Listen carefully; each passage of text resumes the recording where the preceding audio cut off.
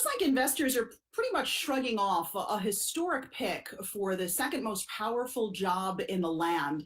Joe Biden's choice of Senator Kamala Harris for vice president makes her the first Black woman and the first American of Indian descent to run on a major party ticket. Biden, in a tweet, called Senator Harris a, quote, fearless fighter for the little guy and one of the country's finest public servants. They're set to appear together in just a few hours in Wilmington, Delaware. And our senior columnist, Rick Newman, is here with us, along with Ted Johnson. He's a senior fellow at the Brennan Center for Justice, and he closely watches election politics. Good morning to you both, gentlemen. I want to start with you, though, Ted. Harris is seen as, I guess, a pragmatic, moderate. Do you believe she's the smart pick for Biden? What does Harris bring to the Biden ticket that maybe the other women on that short VP list don't?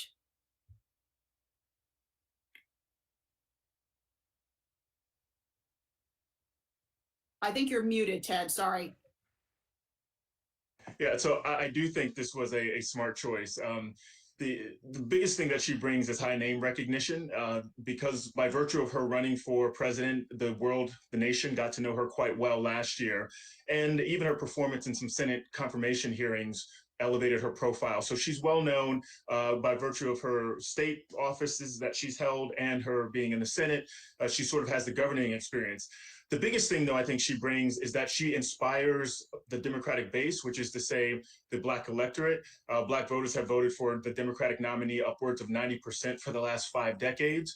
The question, though, is not about the share of the vote that Biden will get, but the level of Black turnout that the ticket will inspire. And I think Kamala Harris sort of had the collection of qualities from experience to inspiration and name recognition that will allow her to help Biden increase Black turnout and give that ticket a pretty good shot at winning the White House this November.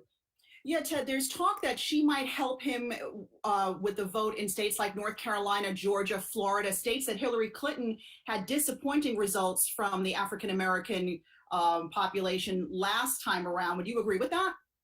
I do, but I think the biggest areas are Milwaukee, Detroit, and Philadelphia. Hillary Clinton lost those 3 states by 77,000 votes and across the 3 states total.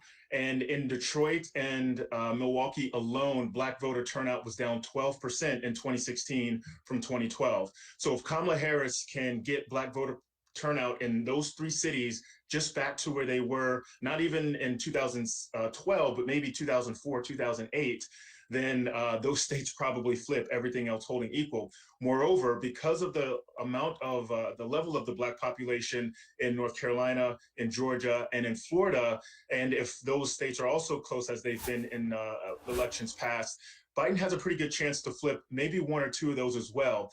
If between those 6 states, if he can flip half of them, he probably has the advantage in the Electoral College, and Harris is a really good running mate to help him accomplish that. Rick, does Harris pull Biden more or further left? A really good running mate to help him accomplish that. Rick, does Harris pull Biden more or further left in terms of economic policy? You know, I read one piece of analysis this morning describing her as, quote, an empty vessel in terms of policy. And I think that was actually a problem for her during her presidential campaign. What did she actually stand for? Was she moderate or progressive? And I don't think she ever really defined herself. And if you remember back to what she said about Medicare for all, at first she said, yeah, I'm for it. Let's get rid of private insurance. And then she backtracked on that. That kind of, to my mind, illustrates that she can be whatever she wants. She's a bit of a cipher on this. And I think that means Biden will be the one who defines the policy. I don't think her role is to define the policy. I do have a question for Ted. Ted, will her mere presence on the ticket energize the Black vote and raise Black turnout, or is she going to have to work for it? And if she has to work for it, what does she have to do? Yeah, so she's absolutely going to have to work for it. And I agree with your point that she is such that voters can project onto her what they hope to see in her, because she's not so married to specific policies or principles that undergird specific policies that she can't be divorced from them over the course of the campaigning.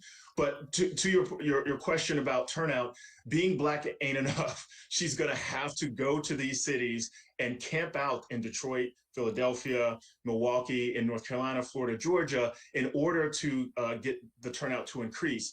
Moreover, she's going to have to lobby the Democratic Party and the Biden campaign hard to expend resources in those areas to fund grassroots organizations that are going to be the real engine of Black mobilization in those the strategic areas that they need.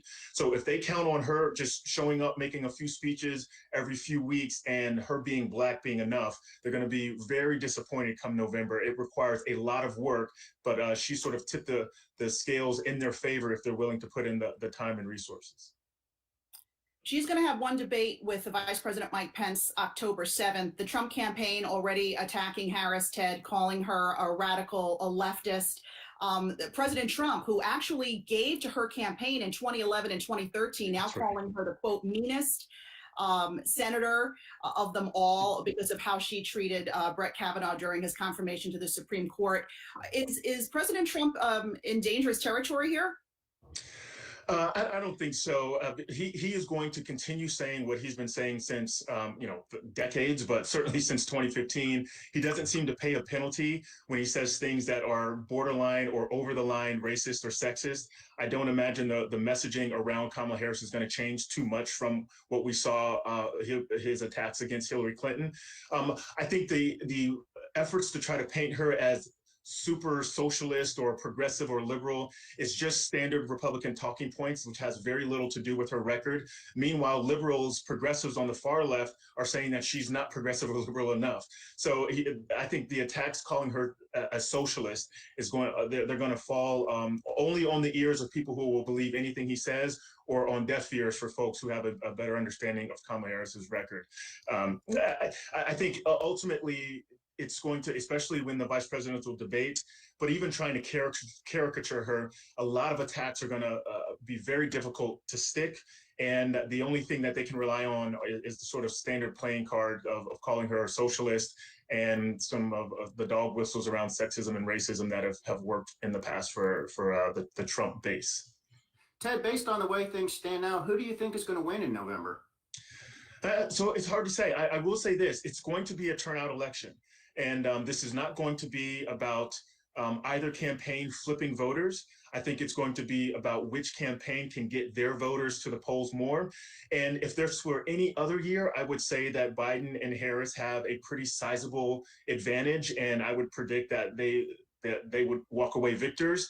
The unknown here is how COVID-19 plays into election turnout. We just don't know which states or to what magnitude states will advertise mail-in voting or allow it.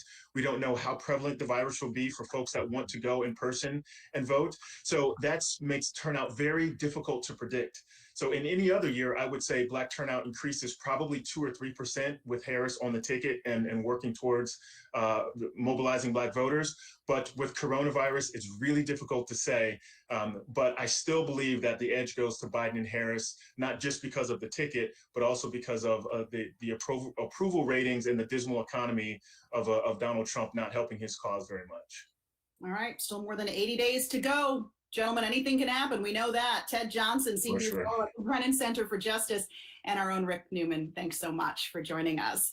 And be sure to check out this week's Electionomics podcast. A new one drops today.